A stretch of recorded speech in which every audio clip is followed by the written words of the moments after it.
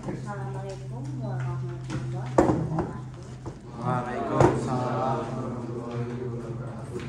Hari ini tanggal 26 Februari 2024. Ini adalah pertemuan yang keempat Alpro 1 kelas A. Nah, untuk pertama kita akan bahas tugas. Nah, persamaan kuadrat. Sudah diselesaikan? Sudah? Bisa semua? Saya cek ya. Kemarin kita bikin algoritmanya dulu ya. Algoritma persamaan kuadrat.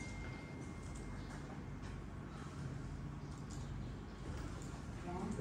Persamaan kuadrat itu adalah AX kuadrat tambah BX tambah C ya, sama dengan Y, dimana Y-nya sama dengan 0. Kita mau cari nilai X1 dan X2 ya. Seperti apa? Bisa ingat cara mencarinya? Rumusnya adalah X1 dan X2 itu bisa dicari dengan min B tambah kurang B kuadrat kurang 4AC ya. Nah, di sini khusus untuk rumus ini ada yang harus kita cari dulu. D-nya apa? Diskriminan atau determinan?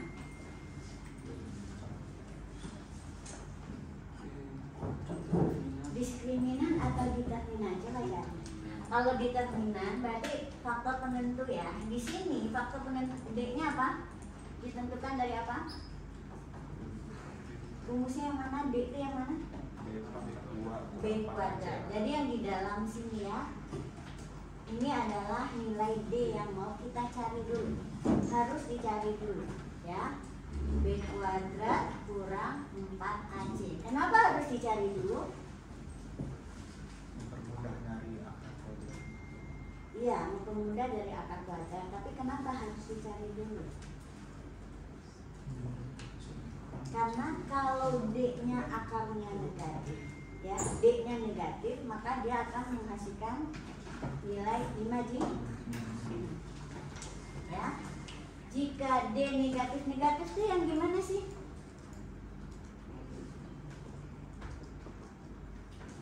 D itu yang negatif itu mana? Kecil dari 0. Jika D kecil dari 0, maka nilai X1 dan X2 nya bisa dicari? Bisa diperoleh? Tidak, karena ini dapat bilangan imajinasi. Nah, X1, X2 tidak bisa dihitung ya. Dihitung karena bilangan imajinasi. Kemudian jika D sama dengan 0, jika D sama dengan 0, efeknya apa? Coba jelasin. Kalau D-nya sama dengan 0, akar 0 itu berapa? Akar 0? Coba cari semua kalkulator. 1 atau 0? 0. Akar 0 ya? Iya benar? 0. Menyebabkan akar 0 itu sama dengan 0. Ini kan akar bilangan negatif itu misalnya negatif berapapun ini nggak bisa dicari ya. Nah, akar 0 sama dengan 0, sehingga apa akibatnya? Akibatnya apa? Nilai X1 dan X2 nya bagaimana? Kalau di sini 0 hasilnya, berarti apa? Plus minus 0 nilainya akan sama. Sehingga X dengan X2 yaitu berapa? Min B per 2A. Ya. Jika D besar dari 0, maka akar bilangan positif itu akan menghasilkan bilangan yang positif, ya. Positif. X1 tidak sama dengan X2. Didapat dari rumus. Dihitung sesuai rumus. Oke, sekarang kita coba buat algoritma. Ya. Persamaan kuadrat. Sebetulnya ini sudah algoritma, ya. Ini kan ada langkah-langkah, cuman sekarang bagaimana langkah-langkah ini kita tulis secara tertib dalam bentuk pseudocode, ya. Persamaan kuadrat. Oke, kita coba dulu deklarasikan apa saja yang menjadi variabel. Apa saja yang menjadi variabel? A, B, C, D. Tipenya apa? Nilainya berapa? A, B, C ini boleh nilainya berapa? Boleh nggak bilangan integer? Boleh integer? Boleh nggak A ini bilang integer? Pasti pasti boleh. Justru biasanya bilangan bulat, ya. Terus X1, X2 tipenya apa kira-kira? Pasti bukan bilangan bulat. Kenapa? Bisa didapat dari akar, ya. Ada faktor penambah dari akar, ya. Berarti ini misalnya kita tulis saja dulu float gitu, ya. Real. Kalau di algoritma cukup ditulis bilangan, ya. Oke, sekarang algoritmanya dimulai dari apa? Dari mana nulisnya? Input, proses, output. Sekarang apa saja yang diinput? Apa yang diinput? A. Apa lagi? B. Terus C. Kalau dia diinput? D diinput enggak? D kan dicari. Coba ikuti lagi langkah-langkah ini, ya. D-nya dicari dulu. Jadi yang dicari dulu nilai D. D-nya dicari dengan rumus B kuadrat kurang 4. Boleh nggak saya tulis ini? Jangan, ya. Karena kalau di program kita coding nggak bisa seperti ini.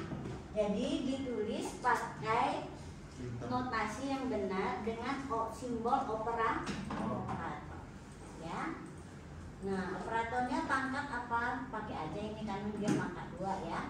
Terus dikurang 4 dikali dengan A kali, ya. Oke. Terus apa yang kita lakukan berikutnya? Coba lihat langkahnya. Itu apa?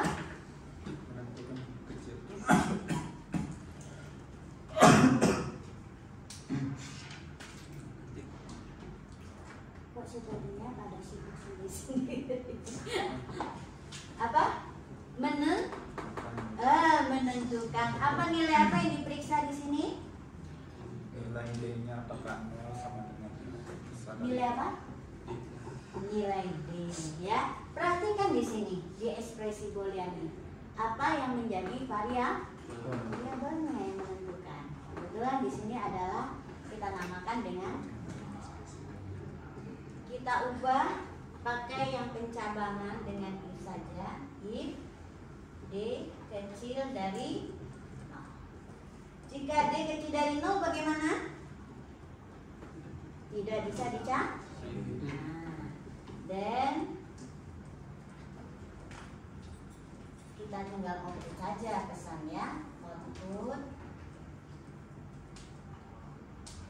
X1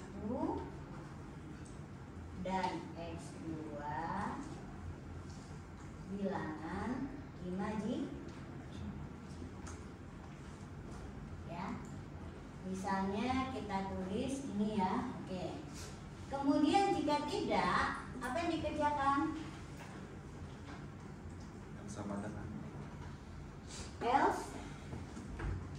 Masih ada kasus yang lain? masih ada.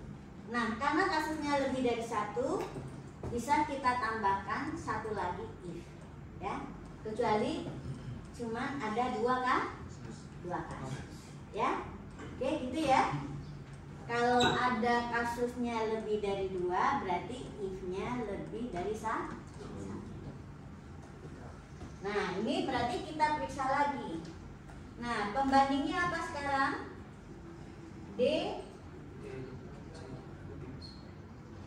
lebih besar dari 0 misalnya ya, atau sama dengan 0. Sama dengannya gini ya. Oke, mau sama dengan 0 dulu boleh ya. Jika sama dengan 0, bagaimana dia? X1 nya dihitung dengan min B dibagi dengan 2 kali A, ya. Lalu X1 nya sama dengan X2, X2 kebalik ya. Yang sudah ada nilainya apa di sini? X1. Nah, jadi X2 nya sebelah kiri ya. X2 menyimpan nilai dari X1. Terus kita boleh tambahkan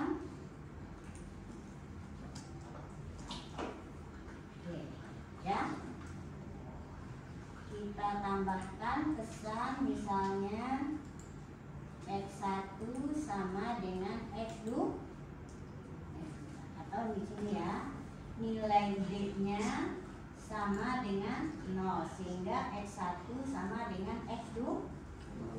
Nah, ini berpesan ya, kalau di sini tadi pesannya adalah D kecil dari 0 ya, sehingga X1 dan X2 bilangan iman. Nah, else-nya nanti berarti ini pasti adalah lebih besar. Kalau lebih besar kita cari kan, X1 sama dengan min B ditambah akar dengan akar D. Nah, akar ini kita belum tahu ya, ini tergantung pada bahasa pemrograman yang kita gunakan. Mungkin dia punya simbol khusus atau harus memanggil sebuah fungsi. Maka di sini kita tulis saja dulu akar ya, akar D. Oke. Per 2 kali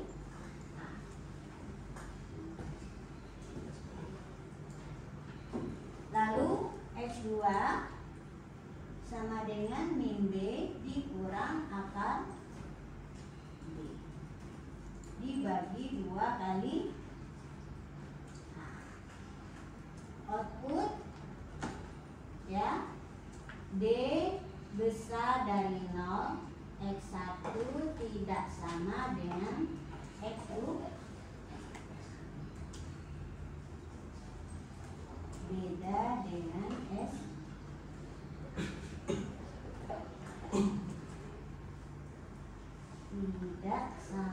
Tidak sama itu kalau di Java itu gini, tidak sama dengan X and D. Nah, di sini kita bisa tuliskan di bawahnya nilai dari X1 dan X2 ya. Terus jangan lupa ini ada NDIF-nya juga, NDIF. Oke. Nah, kalian bisa buat algoritma begini? Dah, sama. Coba.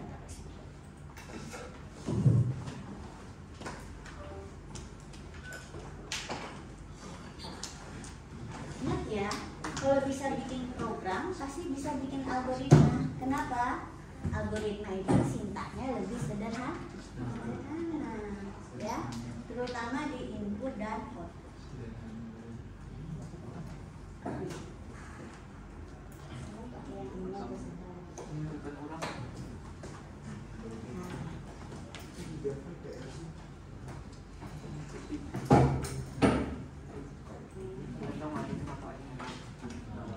sebetulnya bisa dari sini kan ya, sana aja.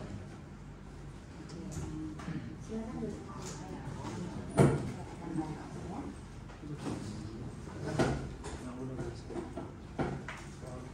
Sekarang kita lihat ya, yang dibuat siapa namanya? Dion. Nah, Dion bikinnya ya variabel dan diskriminan. Ini sebenarnya diskriminan apa determinan? Determinan kayaknya ya, karena dia faktor penentu sih. Diskriminan tuh di persamaan apa ya? Parabola ya. Bisa tuh saya lupa, nanti tinggal dicari aja. Nah, kenapa Dion di sini dikasih dulu 1, 2, 3? Kayak sebagai dasar aja, Bu. Nah, berarti salah ya. Nah, ini ada yang kedua nih, ya.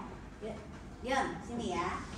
Kita biasakan dulu variabel yang dikomputasi di dalam persamaan, kita input dulu, ya. Ini Dion beda ya. Kamu nyari dulu baru di sini. Ya. Karena nanti hasilnya pasti biarin aja dulu, biarin dulu nggak apa-apa. Tadi kamu namanya determinan ya, nggak apa-apa, biarin dulu ya. Oke, Dion ya.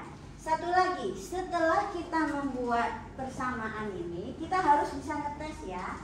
Nah, nanti kita tesnya kasusnya seperti ini. Jadi kalau kita bikin program, kita harus melakukan tes untuk menguji apakah output yang dihasilkan benar. Kasus uji yang pertama, ini kan ada 3 macam ya. Ada yang kecil dari 0 sama dengan 0 dan besar dari 0. Nah, untuk kasus pertama kecil dari 0, kita uji dengan nilai A sama dengan 1, C sama dengan 4, B-nya sama dengan 3 misalnya. Ya, oke.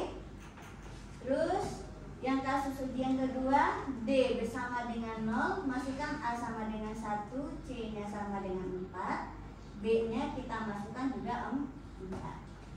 Yang ketiga, D besar dari 0, ini A-nya sama dengan 1, C-nya sama dengan 4, B-nya harus lebih besar dari 4 ya, misalnya 5. Coba ya, karena ini pasti menghasilkan D-nya negatif. 3 kuadrat kan 9. 9 kurang 16 pasti negatif. Ini kan 16 kurang 16 hasilnya 0. Ya. Di sini 25 kurang 16 hasilnya positif. Ya, coba lihat. Benar nggak hasilnya? Karena di sini ada yang rada keliru, kamu menghitung dulu determinannya di atas baru diinput gitu. Coba jalankan. Ya, saya senang ada kasus gini ya. Jadi yang lain bisa mengoreksi nanti caranya. Input A-nya 1, B-nya 3, C-nya dia ubah Dion. Inputnya tuh langsung di pinggir aja. Jadi jangan pakai print line ini. Print aja, print. Nah, kalau kita masukin data biar dari 1, print aja. Oke, jadi nggak usah ke bawah kan seperti ini. Oke, A-nya 1, oke, B-nya 3, C-nya 4. Bisa dicari ya. Akar adalah, kita nyarinya S1 ya. S1 S2-nya berapa? Coba di sini ya. Di sini kamu nyari akarnya min B, akar 1. Akar 1 itu apa? Maksudnya kayak menyebut akar gitu. Akarnya kan dari akar determinan, ini yang akarnya. Yang lainnya masuk hasil X1 S2. Yang kita cari adalah apa? X1 dan S2. Nah, S1 dan S2-nya mana, Dion? Jadi Oke, ya, jadi ketahuan ya. Jadi, kamu tetap di sana ya. Kalau kita membuat algoritma seperti ini, kita harus tahu ya, input yang diinginkan itu apa? Ya, oke. Inputnya di sini adalah X1 dan X2. Terus kita harus menentukan terlebih dahulu apa yang menjadi input A, B, C. Sedangkan nilai D itu adalah nilai antara yang kita dapatkan untuk mendapatkan hasil A akhir. Ya, dimana kebetulan D ini sekaligus menentukan arah dari pencapaian hasilnya. Kalau D-nya kecil dari 0, maka X1 dan X2 itu tidak bisa dihitung karena akar negatif itu menghasilkan bilangan imajinasi. Kalau D-nya sama dengan 0 atau besar dari 0 baru bisa dihitung, ya. Dimana ada kekhususan kalau dia D-nya sama dengan 0, dia akan menghasilkan nilai X1 dan X2 yang sama. Sebenarnya dia bisa tetap dihitung dengan cara yang sama, min B tambah akar B itu akar D ini juga tetap bisa. Tapi kita memastikan bahwa nilai X1 dan X2-nya sama. Oke, lihat ya. Oke, ada yang lain? Yang lain? Udah? Udah? Udah ada yang buat? Oh, kenapa kelas ini belum bersemangat nih? Mengerjakan? Mengerjakan? Mengerjakan? Belum. Kenapa kelas ini tidak mengerjakan? Oke, coba gantian dia. Coba ke sini kita lihat ya.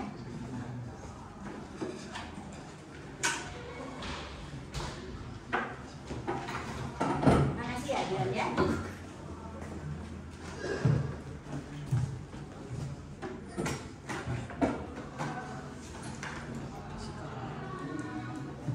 Justru saya senang ya kalau kalian bikin salah-salah terus. Berarti kesempatan kalian sadar bahwa kalau dilakukan seperti ini tuh tidak tepat ya. Oke, jadi ingatnya lama tuh.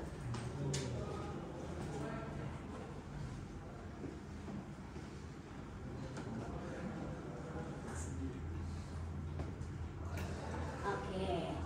Pertama kita lihat ya urutan langkah-langkahnya, sequence-nya benar apa tidak ya. Sequence-nya ya, yang pertama deklarasi datanya di mana? Oh, kamu satu-satu gitu ya. A-nya input double, boleh. Kenapa A sama dengan 0? Kenapa A tidak boleh 0? Soalnya bukan ini Bu, persamaan kuadrat. Oh, gitu. Bagus juga ya, dia ngecek ya, boleh ya. Kemudian masukkan nilai B. Masukkan nilai B. Oke. B dan C. Kemudian masukkan nilai A. Lalu hitung nilai D. Di sini benar ya. Dan dia melakukan apa yang kita sebut sebagai validasi. Ya. Validasi itu dilakukan terhadap data yang diinput.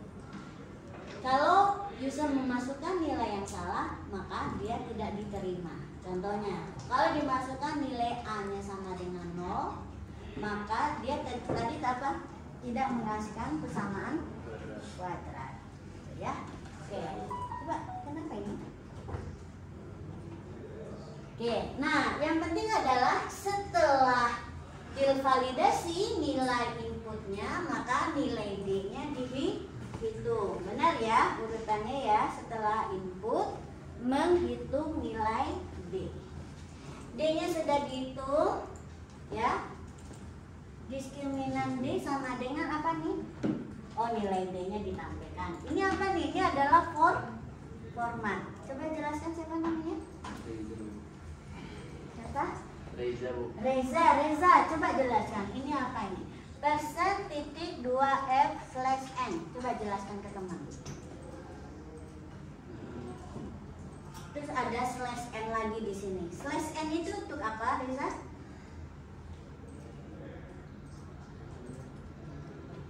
Apalagi Bu? Kamu belajar dari apa? Saya belum menjelaskan loh. Hah? Dari YouTube. Dari YouTube. Ya. Oke, nggak apa-apa ya. Jadi saya jelaskan ya. Jadi gini, ini sebetulnya gaya di C ya. Bahasa pemrograman C itu kita bisa menampilkan informasi itu dengan format tertentu. /n artinya ini pindah garis. Ya. diganti dengan N itu pindah baris. Kalau slash T itu ngasih tab, ya, tab. Nah, tab berarti 2 kali tab gitu, menjual ke dalam ya, tampilan. Jadi ini untuk mengatur tampilan. Selanjutnya dia akan tertulis ini D apa adanya. Nah, persen lagi, ini persen ini menunjukkan cara juga untuk menentukan format tampilan, terutama untuk angka atau gaya sisi semuanya. Jadi kalau persen terus ketemu F, berarti ini adalah menampilkan di belakangnya ini variabelnya itu adalah bilangan real. Ditulis dengan desimal dalam format 2 desimal. Gitu ya? Persen. Kalau persen S berarti itu variabel. Nah, untuk Java nggak perlu sih pakai persen ini, ya. Kalau C itu wajib ada persennya. Kenapa? Hilang-hilang? Longgar, ya. Jadi nggak harus kayak gini juga ya. Secara sederhana boleh. Cuma gini, biar untuk misalnya kalau kita buat tabulasi seperti ini, rata kiri, rata kanannya bagus, itu bisa diatur. Bahkan ini bisa diatur, misalnya ada juga formatnya. Kalau misalnya 001 dia 1 tapi ditulis dalam format 001, itu juga dengan disisipkan ada 2 angka di depan. Itu ada salahnya, ya. Jadi ini adalah baik slash maupun persen itu untuk mengatur format nanti, ya. Nah, sekarang adalah urutan berikutnya adalah memeriksa nilai D. Benar ya urutannya. Kalau D-nya besar dari 0, boleh D besar dari 0 dulu, boleh ya, boleh ya. Yang penting ini nanti case-nya ada di 3 macam, ya. Nah, D besar dari 0 maka X1-nya dihitung, ya. Oke. Nah, ini yang benar ya, yang saya lakukan itu salah. Kenapa? Nih sedikit saya jelaskan. Bahwa ketika melakukan, ya, untuk ekspresi matematik, dalam ekspresi matematik, ya, ini ada namanya prioritas, ya, atau dalam ekspresi aja, ya, ada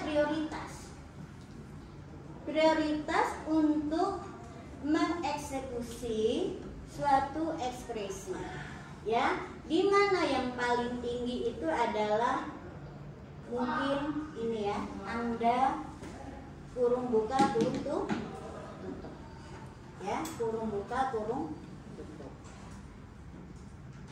buka kurung tutup, lalu ada tanda negatif min, ya, min atau negatif, terus pangkat akar, ya, tapi kayaknya pangkat dan akar ini nggak ada simbolnya, jadi biasanya dia adanya di dia kan harus dikerjakan dulu ya pangkat dan akar ini. Nah, kalau di Java ini dilakukan dengan perkalian aja, ya. Nah, setelah itu apa? Kali dan bagi. Ini setara. Kalau tambah kurang, ini urutannya paling bawah. Terus juga yang ini, ya. Jadi kalau misalnya kita tidak apit ini dengan kurung, apa yang terjadi? Nah, slash-nya ini yang dikerjakan dulu, akar D langsung dibagi dengan 2A.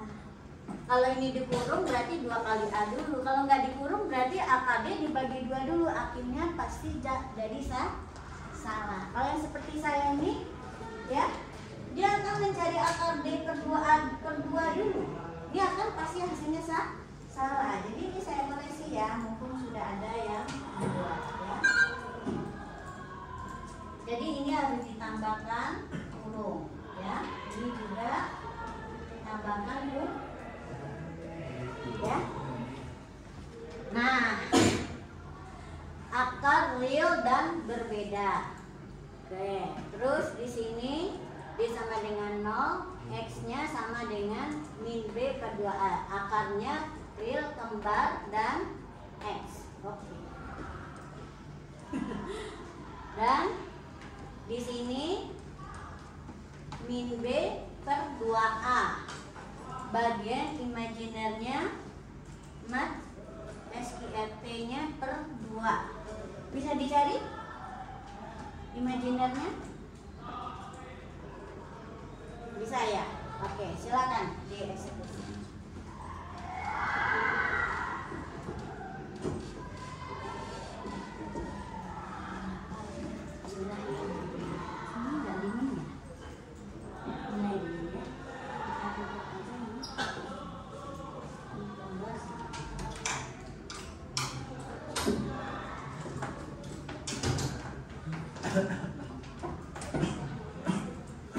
Nilai A-nya 1, nilai B-nya 3, nilai C-nya 4.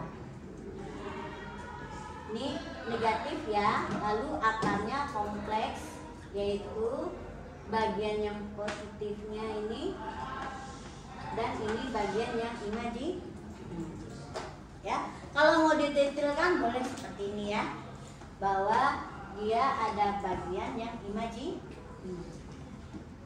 Ya, memang boleh kan seperti ini, bahwa bagian yang mana dia? Nah ini ya, nilai mana tadi? Oh ya, ini ya, realnya itu kan boleh dibagi dulu kan ya, min B per 2A ditambah dengan akar per 2. Sama nggak ini? Coba ya, 4 tambah 6 dibagi 4. Sama? Sama, apakah sama dengan 4 dibagi 4 ditambah 6 bagi 4? Sama nggak? Beda? Berarti nggak boleh dong. Nggak boleh. Kalau ini 10 bagi 4 berarti apa? 2,5. Ini 1 ditambah 1,5 sama? Sama jadinya. Ya, sama. Ya, sama, boleh ya. Biasanya emang bisa pembaginya sama. Oke. Nah, ada versi seperti ini ya. Saya akan buat dengan versi yang sedikit berbeda. Oke, terima kasih. Nah, bagi yang lain, kan ini dia komplek, dia nonton dari YouTube ya. Kalau saya terbiasa untuk yang baru-baru, saya kasih penjelasan, kasih contoh yang dengan penyelesaiannya lebih sederhana, lebih mudah dipahami ya. Oke, ini kita buat akan mirip sekali dengan program yang kita akan buat ya.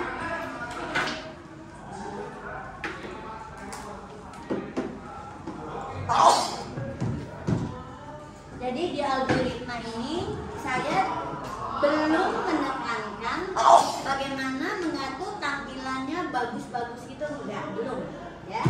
Yang penting solusinya benar. Oke, buka laptopnya. Jangan lupa kita mulai dengan mengkopas ya contoh program yang sudah ada ya, untuk bikin program baru. Ini ya Outro 2-nya. Saya pakai yang ini ya, cek ganti genap.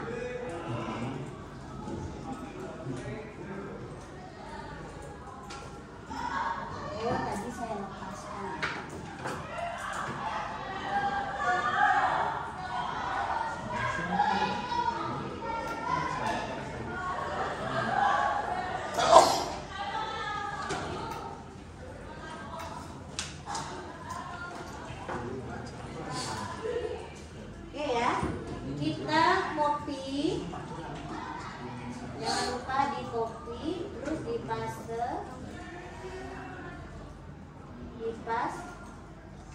Nah, namanya sekarang adalah persamaan buat.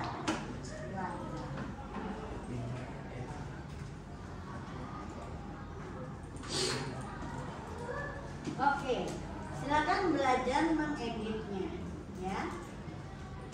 kita mulai dengan tadi ya, ada 3 variabel. Pertama A, B, C, dan kemudian D. Ya, kemudian ada nilai plot. Saya coba dengan plot ya. X1, X2. Boleh nggak? Ya. Sesuai dengan ini ya. Saya pilih dulu plot, kecuali nanti dikasih tahu sama si jawabannya nggak boleh pakai plot, harus double gitu. Kita coba ini ya. Ini A-nya kita baca dulu. Ini saya belum memvalidasi ya, anggap aja si usernya akan memasukkan nilai yang benar. Oke. Terus masukkan lagi yang B ya, B dan C. Oke, kita copy saja. Lain kali kalau saya minta PR, kalian coba kerjakan ya, karena dari sana kalian bisa belajar ya, menambah pengetahuan baru selain yang dicoba di kelas.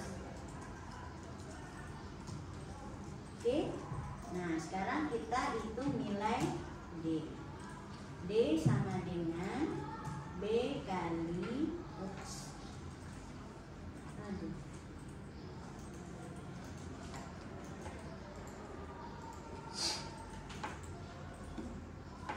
B sama dengan B kali B dikurang 4 kali A kali. Oke, ini kenapa nggak perlu kita kurung-kurung? Karena urutan pengerjaannya sudah sesuai ya. Dimana ini pasti dikalikan dulu, terus 4 kali C dulu dihitung, baru dia dikurang. Prioritasnya, urutan prioritasnya udah sesuai ya. Nah, terus kita periksa nilai D. Nilai D kita periksa. Tadi saya mau meriksanya dari yang kecil, dari 0 dulu ya. Kecil dari 0.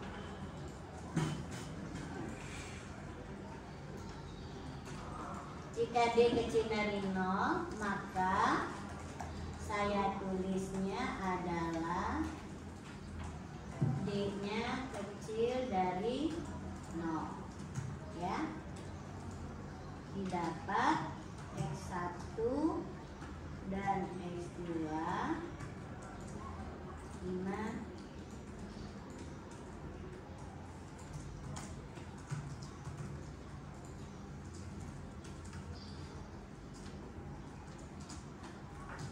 Bilangan imaji ya.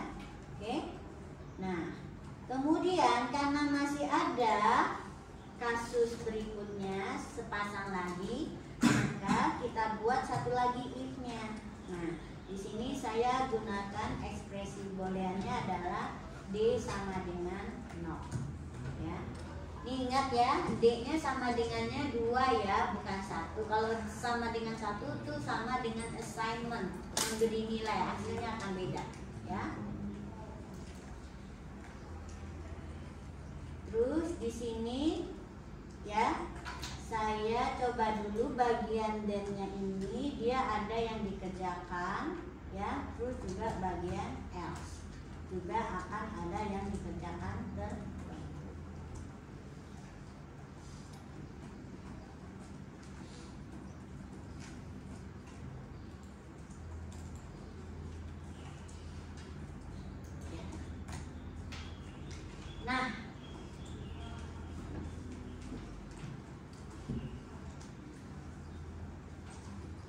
Nah ini kan saya bingung nih, kenapa dia, oh nih karena variabel ya, nggak ada tadi. Oke, ini kita hapus ya.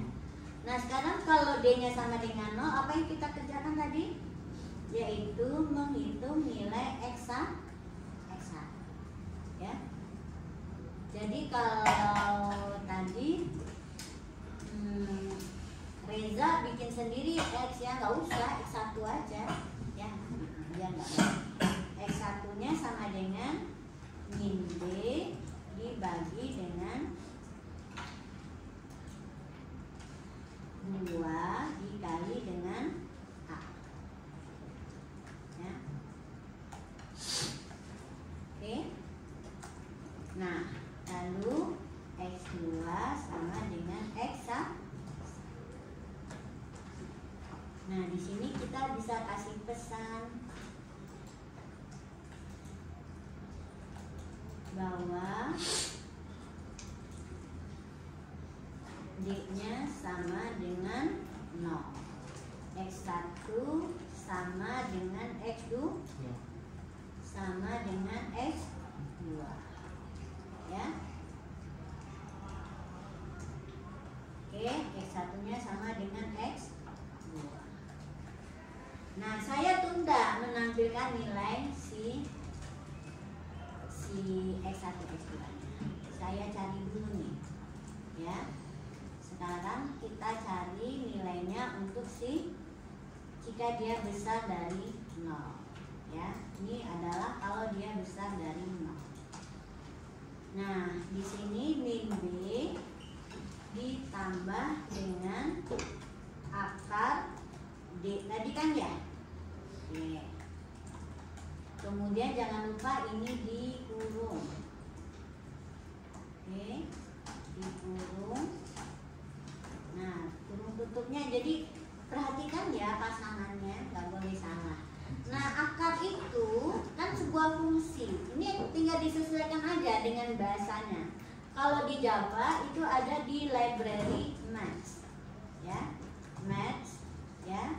Terus nama, nah langsung keluar kan library math itu langsung keluar fungsi-fungsinya, yaitu dia akar kuadrat SQRT ini dia. Oke, SQRT. Nah baru ketahuan sekarang ya, keluar tanda merah. Coba kita cek. Nah dia harus di convert from double to float. Nah lebih baik di sini kita kasih aja dia double ya, double. Oke ya, gitu ya, biar nggak ada konversi atau double itu lebih spesifik nilai, lebih signifikansi dari ininya lebih bagus. Oke, nah sekarang kita nyari juga untuk mana tadi? Oh ini nggak akar kan? Nah ini kita copy ya. Kita copy ini untuk X2.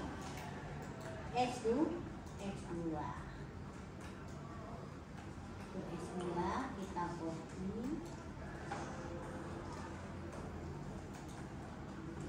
Ya, dia diganti dengan U2 ya, per 2A ya. D di sini D-nya besar dari 0. X1 tidak sama tandanya gini ya, tidak sama dengan X2.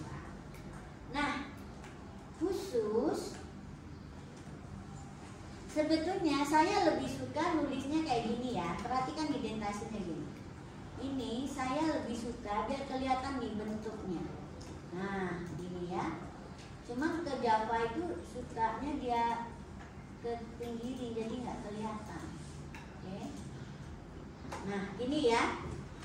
Jadi ini adalah deretan, coba perhatikan ya. Nah pasangannya itu harus sesuai tempatnya. Oke. Di sini adalah awal dari blok. Di sini adalah awal dari blok si F. Boleh nggak dikasih kurawal di sini? Boleh, ya. Kalau kita mau lihat ya, nah, oke ya. Di sini saya boleh kasih kurung kurawal. Berarti kalau saya kasih di sini, berarti nanti saya tambahkan lagi di sini, ya. Jadi ada pasangan buka dan tutup. Artinya di sini saya bisa tambahkan sebuah perintah yang dikerjakan ya untuk bagian else nih. Jadi selain mengerjakan ini, dia juga mengerjakan instruksi yang berikutnya. Apa yang saya tampilkan di sini? Saya menampilkan nilai X1 dan X2, ya.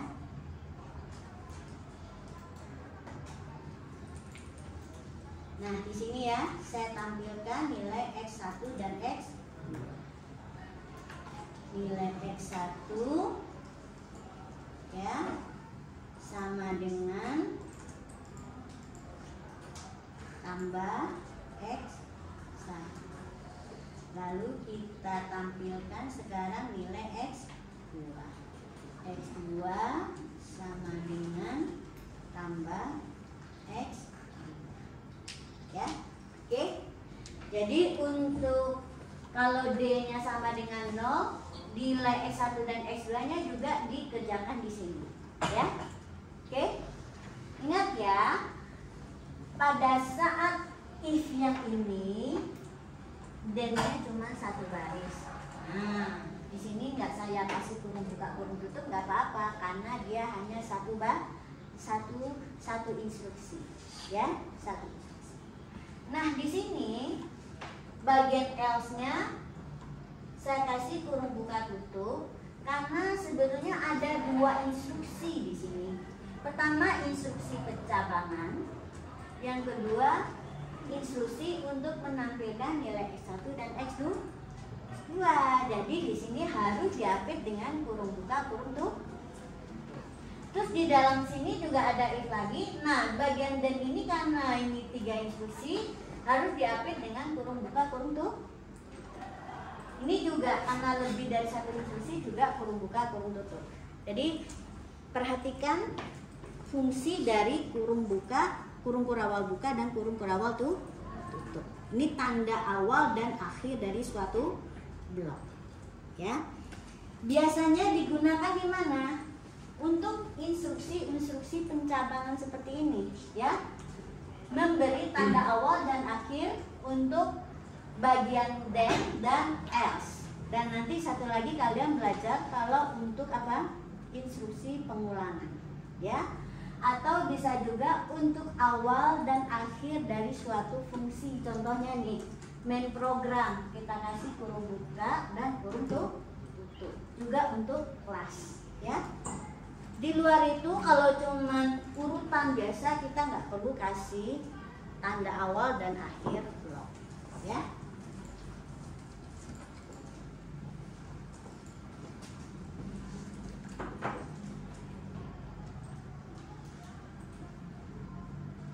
Jadi kalian perhatikan nanti ya. Di sini ada saya taruh di setiap bagian, ya, setiap bagian kasus sebuah pesan khusus, ya, baik untuk D kecil dari 0, D sama dengan 0, dan D besar dari 0. Lalu di bagian else yang pertama itu juga saya kasih nilai untuk menampilkan nilai X1 dan X2. Kenapa? Karena saya anggap di sini nilai yang ada itu adalah kalau nilainya D-nya besar sama dengan 0, ya. Terus yang selesai ini dikerjakan kapan? Untuk semua kasus dia setelah selesai dari setiap kasus selesai ini pasti dikerjakan. Sekarang kita lihat ya hasilnya.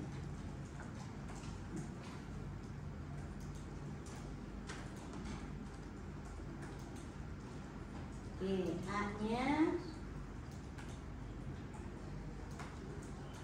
A-nya 1, B-nya 3, C-nya 4, ya.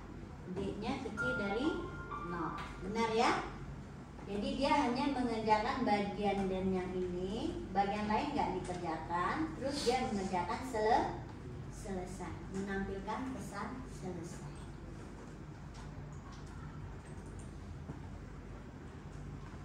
Nah, sekarang kita coba untuk yang D sama dengan 0. 1, B-nya 4, C-nya 4. Nah, lihat ya. Yang dikerjakan adalah di bagian else, tapi terus setelah diperiksa lagi dia D sama dengan 0. Hasilnya ini yang dikerjakan ya. Pesan yang di-outputkannya cuma ini, lalu ditambah dengan selesai. Ya. Oke.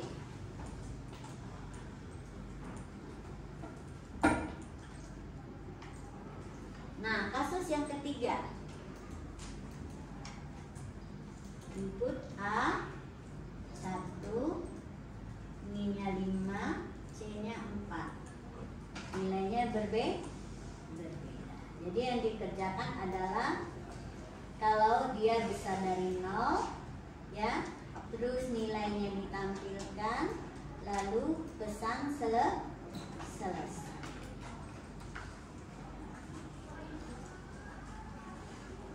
Jadi sequence-nya tetap ada ya. Sequence-nya kita lihat dari urutan instruksi per instruksi. Lalu bagaimana dengan pencabangan? Pencabangan itu satu instruksi sendiri ya.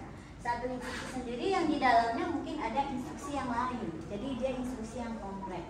Nah, kita lihat instruksi pencabangan ini selesai batasnya adalah sampai di sini kan? Ya. Makanya apapun kasusnya dia akan menampilkan atau mengerjakan instruksi selesai, karena instruksi menampilkan selesai itu ada setelah instruksi pencabangan.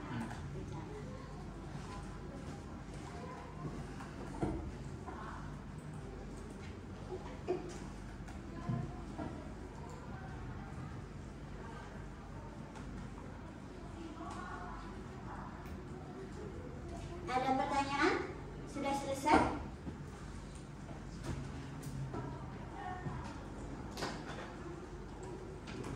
Ya? Tanda seru itu maksudnya apa? Apa? Di samping X1 ada tanda seru. Tanda seru ini adalah operator tidak sama. Kalau kita di matematik kan pakai tanda ini, ya. Nah, kalau di Java dia jadi tidak sama. Ini menyatakan artinya not, tidak, ya.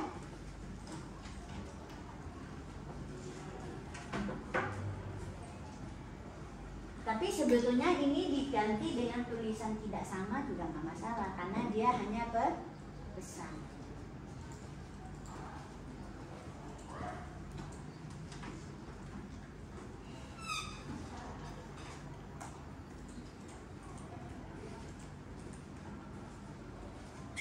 Kita pause dulu. Pause-nya pakai apa ya? Ini ya.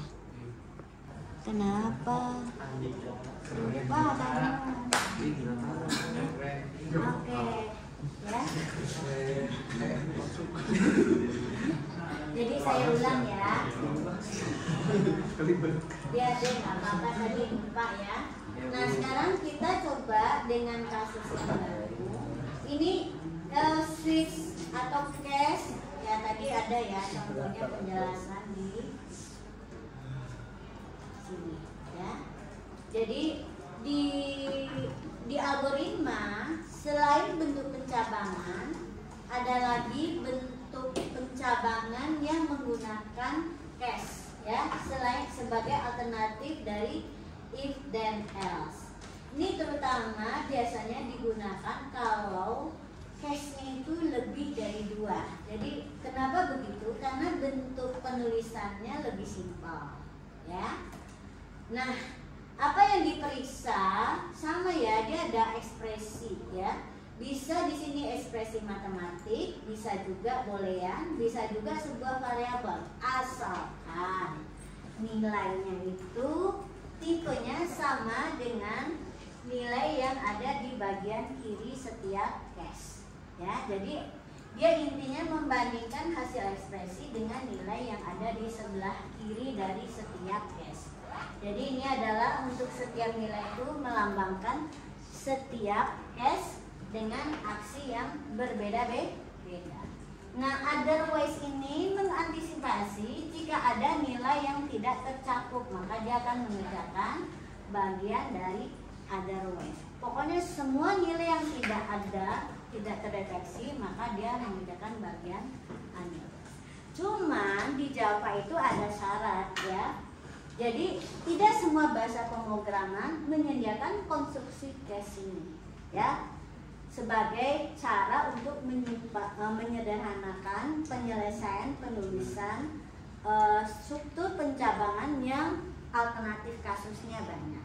Dia hanya bisa kalau hasil dari ekspresi atau boolean itu bertipe ordinal. Apa itu ordinal? Yaitu tipe yang mempunyai keterurutan, yaitu setiap elemen nilai itu mempunyai predesesor dan suksesornya. Contohnya 5, predesesornya 4, suksesornya adalah 6. B, predesesornya A, suksesornya adalah C. Ya, oke. Nah, terus bisa juga selain karakter dan bilang bulat, bisa juga adalah apa? Boolean. Tapi kan boolean biasanya case-nya 2, jadi nggak usah, nggak perlu juga pakai yang ini. Jadi terutama untuk bilangan bulat dan apa? Karakter, gitu ya. Nah, sekarang kita lihat contohnya untuk ini, ya. Ini kalau kita pakai struktur percabangan, jika alternatifnya sepanjang ini, maka bentuk programnya rada apa ya? Rada complicated melihatnya. Nah, ini akan menjadi mudah dibaca ketika misalnya contoh kasusnya yang meriksa angka 1 sampai 4 ini, ya. Ini dia cuma maunya 1 sampai 4. Nah, kayak gini, ya. Jika kita tulis dalam bentuk case, ya. Kalau bukan 1/4, maka yang dikerjakan adalah yang bagian otherwise. Nah, ini kalau di Java gimana? Kalau di Java, case-nya diganti dengan kata kunci atau keyword switch. Kemudian yang ada di sini harus dalam kurung. Kemudian jangan lupa kurung buka, kurung tutup untuk end case-nya. Kurawal tutup, ya. Lalu setiap awal case itu dikasih tulisannya case, karena di sini pakai switch, ya. Ini contoh di Java ini. Nah, ini contoh di Java-nya, ya. Jadi begini jadinya kalau di Java, case-nya ganti dengan switch, lalu di depan setiap nilai dikasih kata case. Nah, satu lagi, break, ya. Break ini wajib ada kalau setiap case itu berbeda. Artinya apa? Kalau case ini penyelesaiannya selesai sampai di sini, maka dia wajib dikasih break agar apa? Tidak memeriksa nilai yang berikut. Kalau enggak dia terus sampai, dan mungkin nanti berujung sampai mengerjakan bagian di default, ya. Jadi kita harus tutup dengan break. Tapi nanti kalian bisa lihat ada case-nya nggak dikasih break dulu. Kenapa? Nah, kita lihat ya.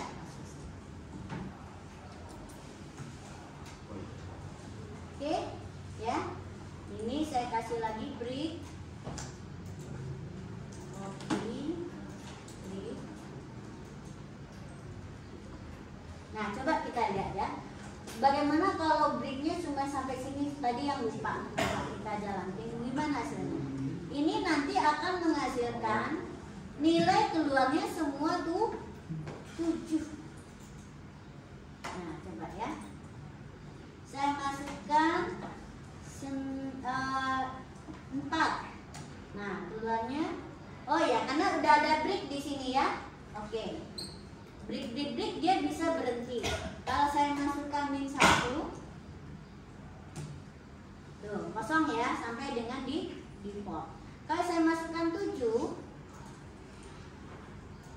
ini juga keluarnya nilai default. Kenapa? Karena 7 nggak di break, ya. Oke, berarti 7 juga harus di break, ya. Ini break juga.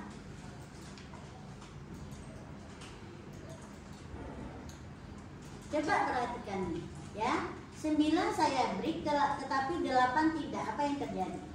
Ya, coba perhatikan ya. Kira-kira ini kalau saya entrykan 8, berapa yang keluar? 9. Benar. karena dia akan meneruskan ke 9 dan ketemu ya. Coba kita jalan. Jadi bukan nilai default ya, dia 8 ya. Kita cobakan dengan 8. Tuh, berhenti di 9 ya. Oke, jadi ini saya kasih break juga 8-nya. Oke, baru sempurna ya. Kita cobakan sekarang dengan nilai -1.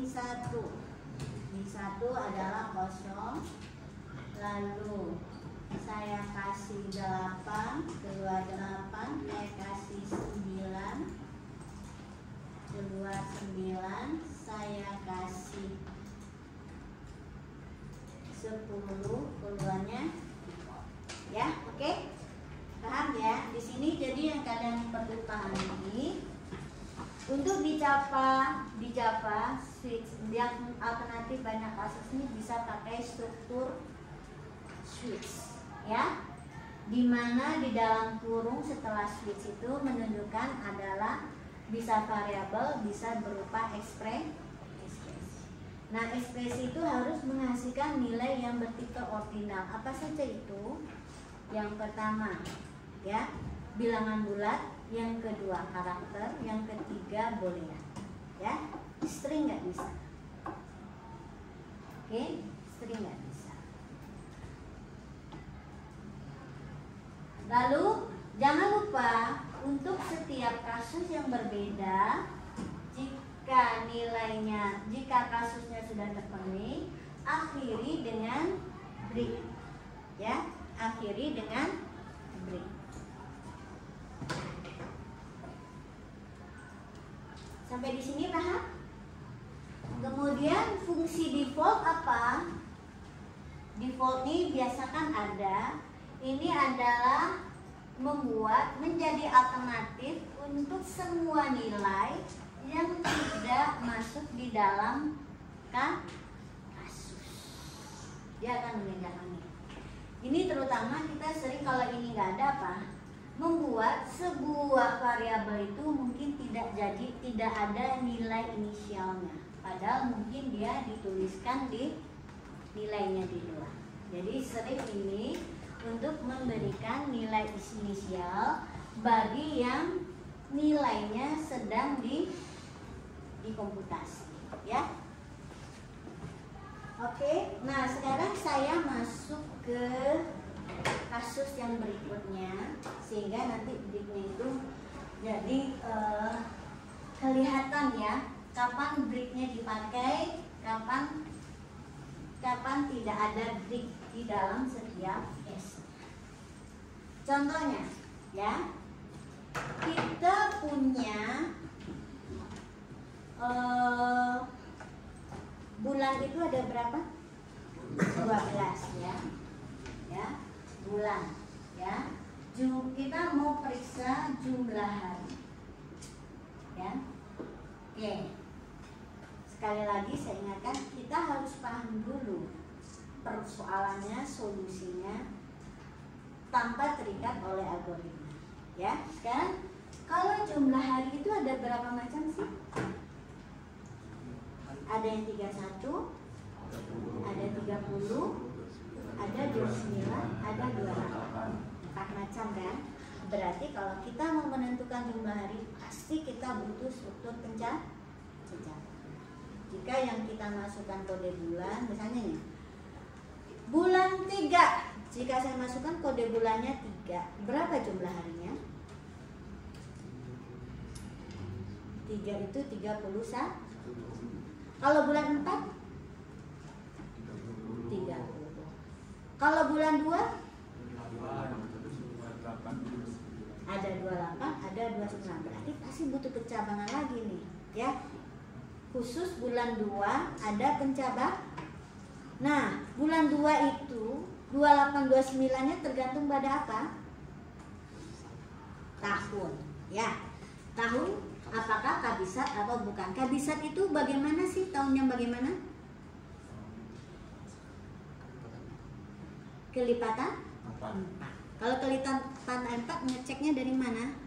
Dibagi dengan 4. Jika sisanya sama dengan 0, berarti dia adalah tahun kabi. Nah, sekarang saya list ya. Jumlah hari yang 31 itu ada bulan 1, bulan 3, bulan 5, bulan 7, bulan 8, bulan 10, bulan 2. Yang 30 itu kebalikannya ya, di sini mulai dari 4, 6, 9, 11.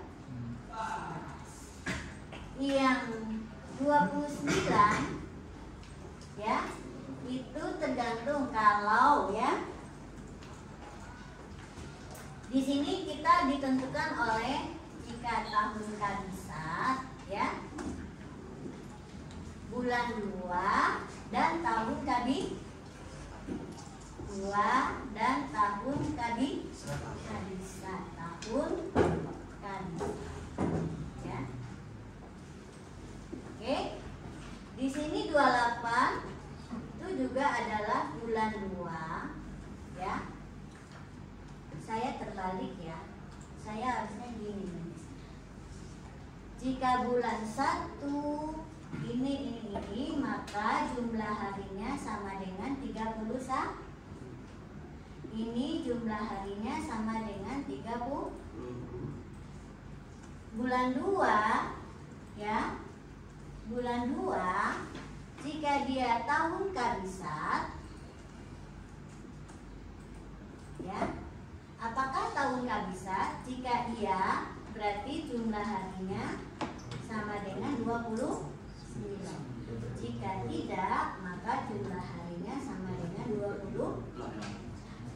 Ini nih cara solusi berpikirnya ya. Nah, berarti kita butuh variabel apa saja di sini?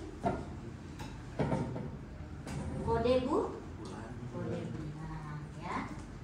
Kode bulan ya. Kode bulan sebagai input ya. Kalau dia adalah 1, jadi untuk menentukan, nah coba kita bikin dulu algoritma dalam struktur pseudocode ya, menentukan jumlah hari. Oke, kamusnya apa saja? Kode bulan integer. Kode bulan integer kan ya. Kemudian perlu juga tahun. Tahun juga integer. Lalu perlu menghitung outputnya apa? Jumlah hari. Jumlah hari. Semua ini kebetulan integer. Ya. Sekarang kita buat algoritmanya. Algoritmanya ya. Apa dulu yang dilakukan?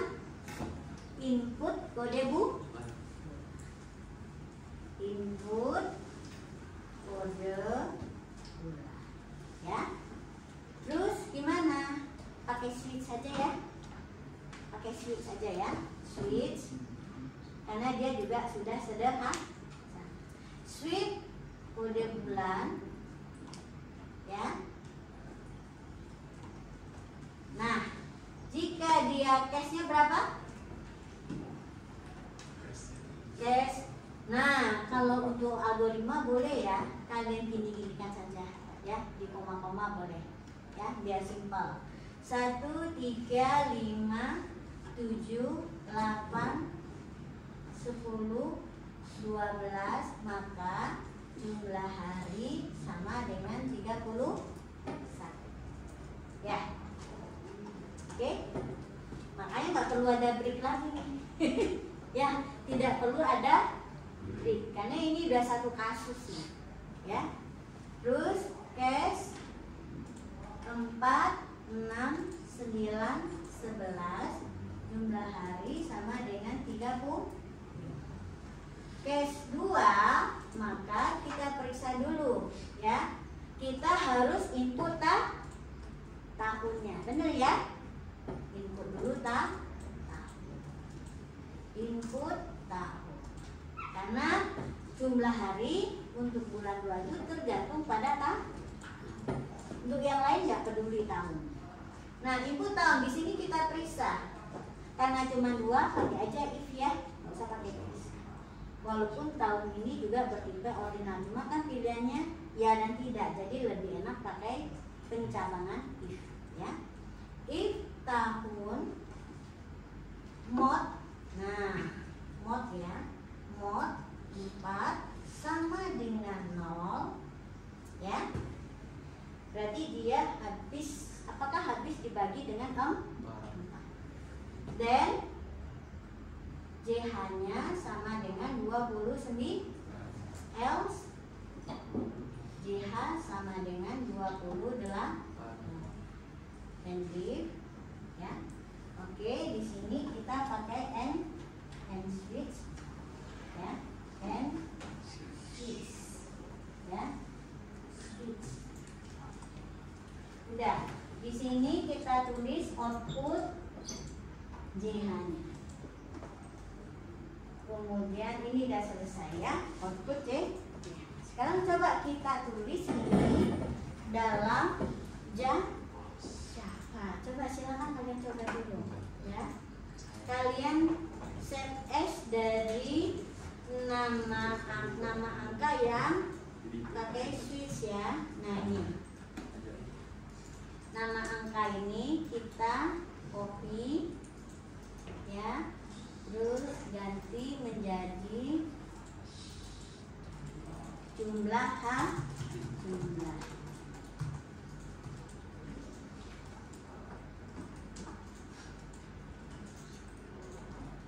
Oke ya, jangan lupa klik di sini. Sekarang ganti ini ada kode bulan,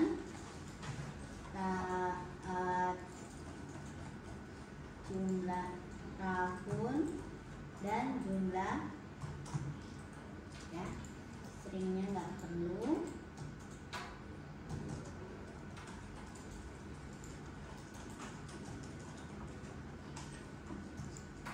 Ini kode bulan ya, kode bulan,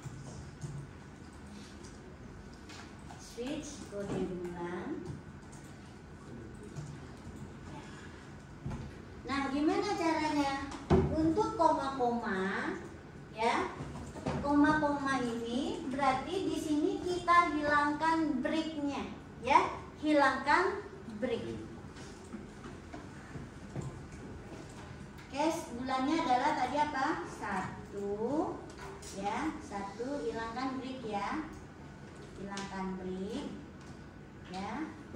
Nggak ada yang dilakukan. Kemudian 3, nggak ada.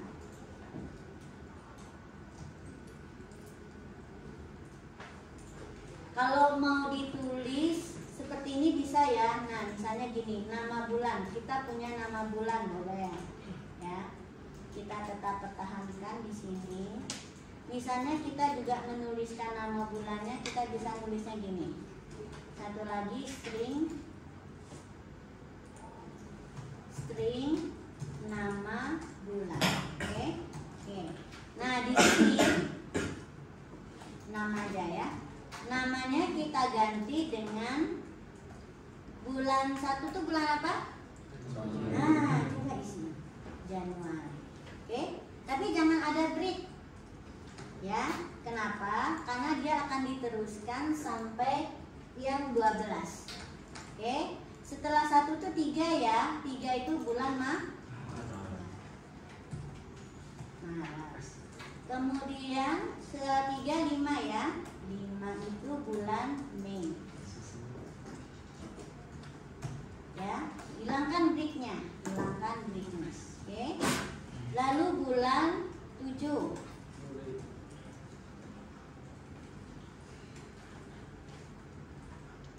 7 ini adalah bulan Juli. Ya, hilangkan breaknya. Kemudian bulan 8 Agustus.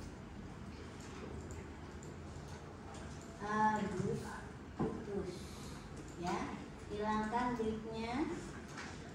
Ini kalian tahu kenapa ini 5 ini merah di sini, karena di bawahnya juga ada cash 5. Dia nggak boleh ada 2 cash yang nilainya sama. Karena kita memang sedang edit ya, nggak masalah ya. Ini 10. Nah begitu saya ubah kan 10 dia hilang yang di 5 tadi. Oktober. Breaknya hilang. Sekarang 12 Desember.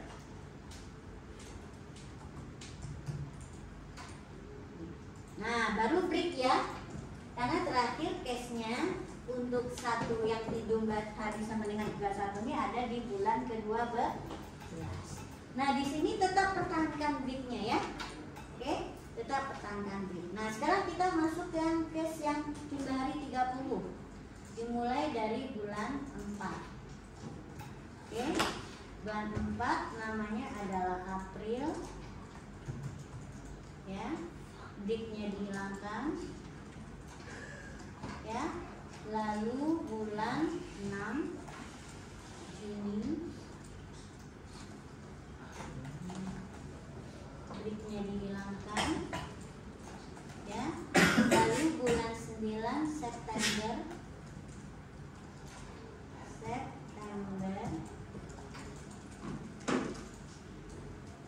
breaknya juga hilang ya. Terus nambah lagi case-nya 11 ya. Di sini bulannya adalah November.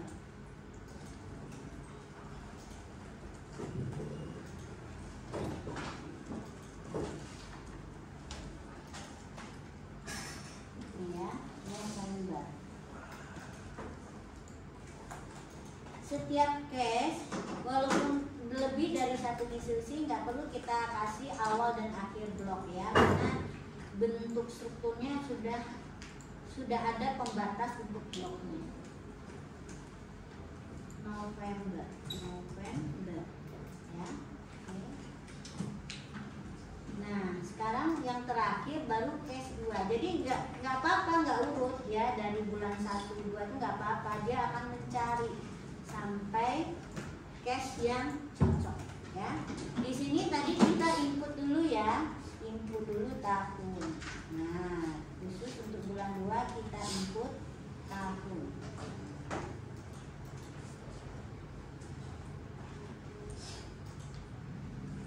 Kita input kode tahun. Kita input tahun.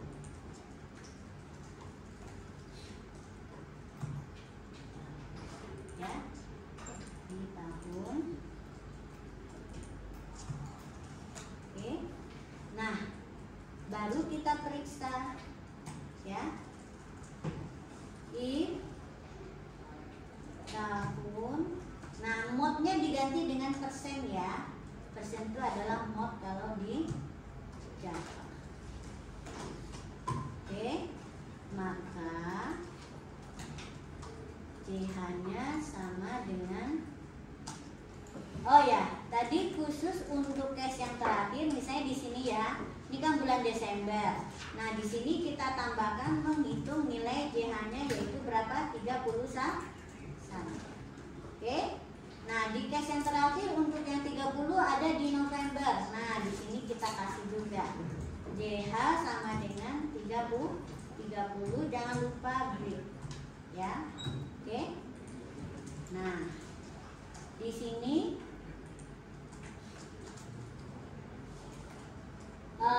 untuk bulan 2 ya, JH-nya kita kasih dulu ya nama bulannya. Namanya adalah Februari.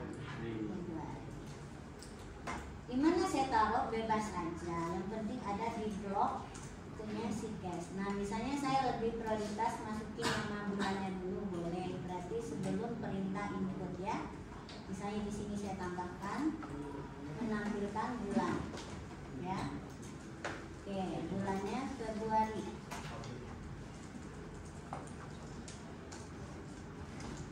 Februari ya. Oke.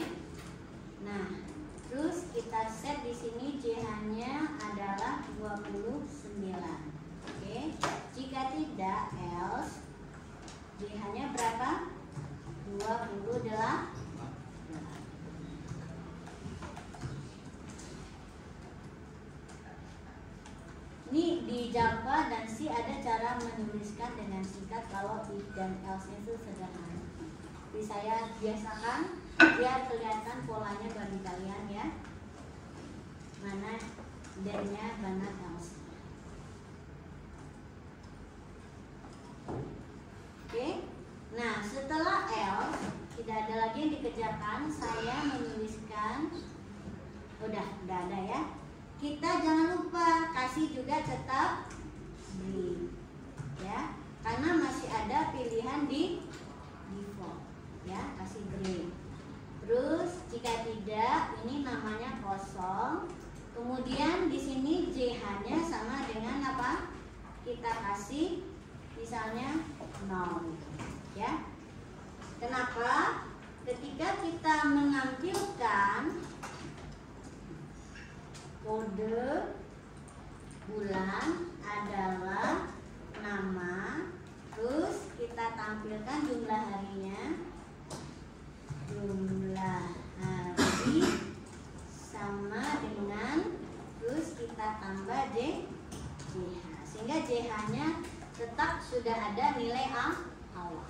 Jangan lupa ya, di default ini khusus memberi nama semua variabel yang akan kita tampilkan ini, yang didapat dari hasil assignment pada saat pemeriksaan tes, agar dia tidak kehilangan nilai inisial. Jika tidak, alternatifnya diinisialisasi di atas ya. Lalu bisa juga di sini memberikan pesan apa, bahwa perintahnya kodenya salah. Misalnya saya kasih perintah di sini ya, kode bulan salah. Misalnya nih ya, nih, kode bulannya salah.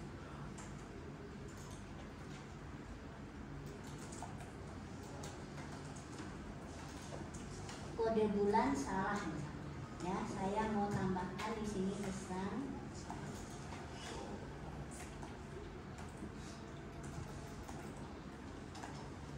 kode bulan salah ya. Harusnya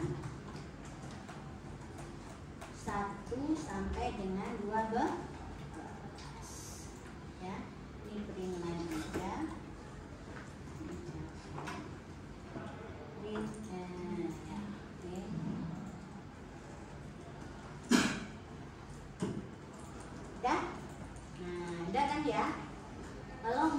Sedikit boleh ya, karena dia satu baris kan, ini kan lebih rapi nih bentuknya, dirapikan.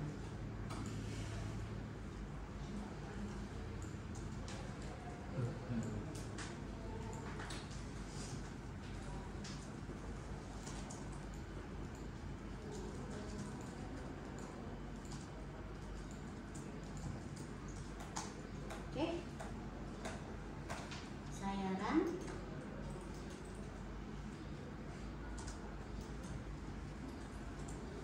Misalkan dimasukkan kode bulannya adalah 3, jumlahnya adalah 31, benar ya.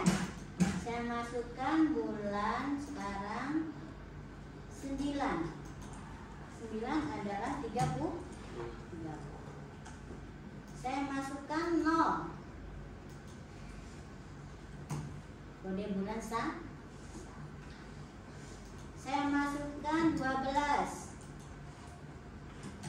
ya, 31. Saya masukkan 13, kode bulan salah. Saya masukkan 2 ya, 2. Nah, dia minta input tahunnya adalah 1987, 28. Udah oke? Sip. Boleh sekarang masukkan yang tahun bulan 2 tapi tahun 2000 ya, adalah 20. Nah, ini untuk PR kalian nih ya. Waktunya habis, biar santai. Sebetulnya udah ada contohnya. Nanti kalian tinggal copy aja. Saya mau menjelaskan ini. selalu kita bergerak dari penyelesaian masalahnya. Terus untuk membiasakan, kemudian kita setelah penyelesaian masalah ini kita tuliskan dalam bentuk pseudoproses. Dan saya yakin kalian pasti sudah bisa mentranslasikannya ke bahasa Jawa. Sekarang untuk kasus yang ketiga, ya.